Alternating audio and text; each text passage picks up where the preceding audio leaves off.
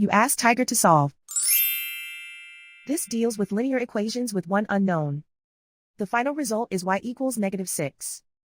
Let's solve it step by step. Simplify the expression. Expand the parentheses. Group like terms. Simplify the arithmetic. Group all constants on the right side of the equation. Subtract 12 from both sides. Simplify the arithmetic.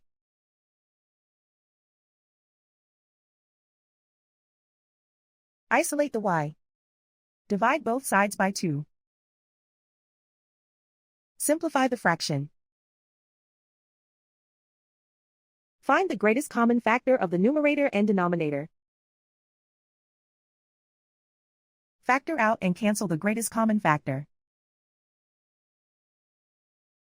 And so the final result is y equals -6.